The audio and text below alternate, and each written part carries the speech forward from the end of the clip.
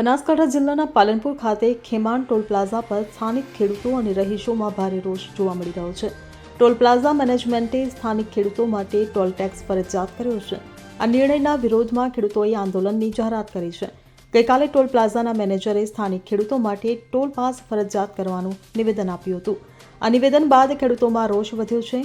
સ્થાનિક ખેડૂતોને ટોલમાંથી મુક્તિ ન મળે તો તેઓએ પશુઓ સાથે રાષ્ટ્રીય ધોરીમાર્ગ પર ઉતરવાની ચીમકી ઉચ્ચારી છે. આગામી 18 ઓગસ્ટના રોજ હજારો ખેડૂતો એકત્રિત થઈને વિરોધ પ્રદર્શન કરશે. ખેડૂતોએ જણાવ્યું છે કે જ્યાં સુધી સ્થાનિકો માટે ટોલ ટેક્સમાંથી મુક્તિ નહીં મળે ત્યાં સુધી તેમનું આંદોલન ચાલુ રહેશે. Bureau report CN24 news.